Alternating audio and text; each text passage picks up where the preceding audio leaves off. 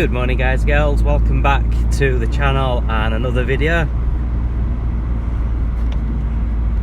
I'm just on my way to go and meet up with one of my fellow Cavalier owning pals. He's just dropping off a part for me for Orwin. It's a shame I never did videos of it, but basically last summer when I bought Orwin, I bought him knowing that he needed the MOT doing in about a month's time.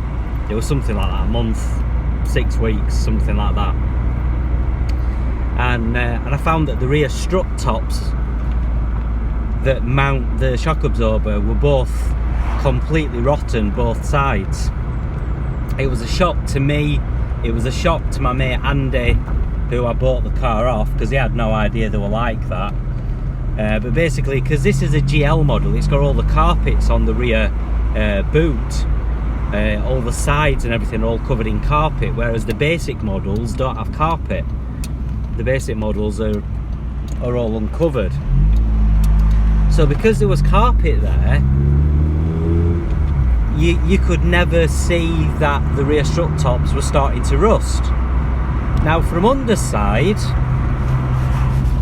the underside, the thick underseal was hiding it. And then I was looking around the car, doing checks, you know, for MOT. I was doing it, you know, well in advance, because I thought to myself, well, it makes sense to check for MOT things well in advance of the MOT, because then you've got a chance to fix them and put them right. And I was just looking under the arch one day, and I noticed there was a bit of underseal flaking. So I peeled back the bit of underseal, and I could see through into the boot. So I'm like, that's not good, is it? So I got a screwdriver and I prodded through, and sure enough it went right through into the boot. So I'm like, oh crap. Oh crap, I've gone and found a hole that I'm gonna have to weld. So anyway, I removed all the side trim from inside the boot, removed all the carpets, and I found the horror, which was a very rusty strut top. Very, very rusty strut top. And it had actually been repaired at some point in the past as well, because there was a previous repair patch which was welded on. And I later found, when I removed the underseal from under the arch, that there was a repair patch on the other side as well. So it had been welded from both sides. But that was at the lower section. The bit where it had gone through in hole this time was up at the top. Anyway, I then decided, well, I'm going to have to check the other side as well. So I checked the other side, and oh my god, that side was worse. So both sides were rotten, and it's amazing, to be honest, that the rear struts had not actually collapsed, especially going over all these speed bumps. I mean, I've just been going on that road there with them horrible speed bumps, and I go over big speed bumps on a regular basis. So it is amazing, really, that the strut tops had not collapsed. So I was then on a mission to buy the replacement panels. Now I managed to source the near side, so the passenger side or left hand side, as it is to us in the UK. I managed to get that off a website called Autodoc, which I think is based in Germany. I'm sure it's German. And there's an app you can download for your phone. I've got the Autodoc app, and it's really good. You put your car details in, and then it saves your car. And then when you want to look for any bits, you just go to your car that you previously saved, and you can find the bits for your car. One of my friends, Mike, who lives in the Netherlands, he actually helped me source the repair panel. I said to him, is there anywhere you know in Europe where I can source these panels? And he actually managed to find me the panel. So that was very nice of him to do that for me. So anyway, I managed to order that one, but the driver's side, or right hand side, as it is in you know, the guys who drive on the other side of the road, so I'll say the right hand side of the car, that one I could not source anywhere, couldn't find it anywhere. So basically I replaced the strut top on the passenger side with the complete new panel, but on the other side I just had to do a temporary repair. So I just because it wasn't as bad, I managed to get away with just patching it. So I just did a few patches, cut, welded to shape to repair it as best as I could. So it ended up nice and solid, but I wanted the proper repair panel for the car. So anyway, we mate Anthony, he's been stripping an Opel Ascona, which was from France, I think, and it was a strange thing where most of the car was quite badly rotten, but the rear strut tops were absolutely fine.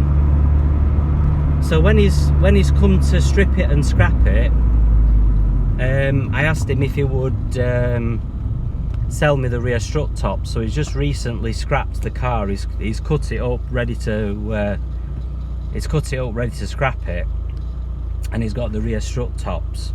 Well, the side that I need, obviously one side I don't because I've already repaired it. So anyway, my mate Pritam, he was going down to see him to pick some bits up. So he said to me, right, well I'm going down to pick these other bits up, so why don't I go down and pick these bits up, get your strut top on the same journey. I'm on my way up to Bradford, so I'll be going past Sheffield, so why don't we meet up and I'll drop it off to you. So I'm like, yeah, sound brill. So I paid Anthony's money on good old PayPal, and organised with Pritam to drive up to Sheffield. So I'm just gonna meet him at the meeting point. I'm actually a little bit early. They said we'd meet around about 9 o'clock. It's actually only 9:15. I overestimated how long it'd take me to get to the meeting point. But so yeah, so that's the story this morning. So I'm meeting up with Pritam to pick up the strut top. Now what I didn't do when I did the repair last time round, I didn't do any kind of videos for YouTube of me doing the repair work. So unfortunately I haven't got any records of the repair work that I've done previously. So it's a bit of a bummer really, because that would have been some good content for the channel. But when I get this new strut top, I will obviously at some point be welding it in. So when I do come to weld that in, then I will do some video content. I will do some video content showing the welding in of the new panel. So that's something that I will do at some point. It's a bit of a pain because the meeting point I've just passed, but I have to go all the way up to this roundabout and do a lap of the roundabout to get back to where I'm meeting him. My camera's just moved a little bit. I'll just let you hear the exhaust on this a little bit because I'm going around underneath this bridge bit. One thing I've noticed as well, guys, is that there's quite a lot of people watch my videos, but they're only watching like the first couple of minutes. I think that's a shame really, because you know, you're missing the content.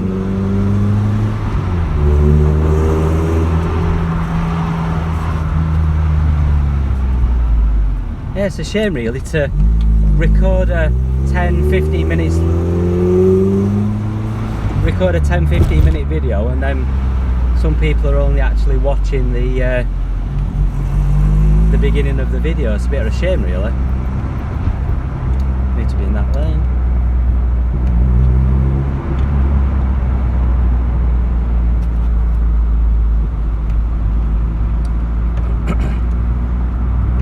Anyway guys, so I'm nearly at the meeting point, so I'll leave it there for now.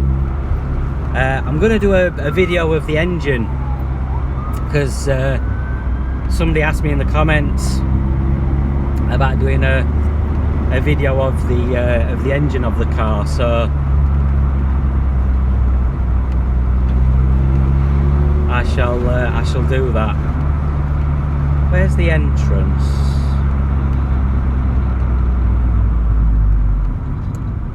Oh, I thought that's where you went in, but that's the exit. Where'd you get in then? Right, I'm gonna leave it there for now then, guys. So I'll see you shortly when I do a video on the engine. All right, see you later, guys. Bye.